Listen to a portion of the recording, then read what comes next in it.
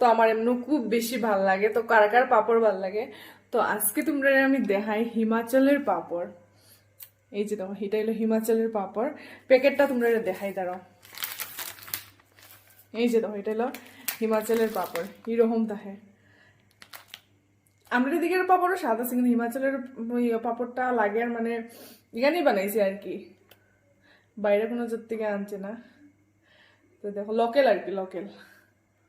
তো এটা আমি বানাইমু, তোমরা আরেকটা ভিডিওর মধ্যে দেখাইমু কিরকম দেখাইমু। তো হিমাচলের পাপড়টি দেখতে এরকমই থাকে।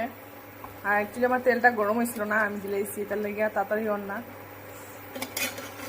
তো আর পরে দেখাইমু, বাক্কা টেস্ট আছে। আজকে ফার্স্ট টাইম আমি খাইছি হিমাচলের পাপড়। অন্যদিন আমি প্যাকেটিংটা খাইতাম। তেলটা গরম হয়ে গেছে, আর এখন দেখো বাক্কা ভালোই লাগে খাইতে।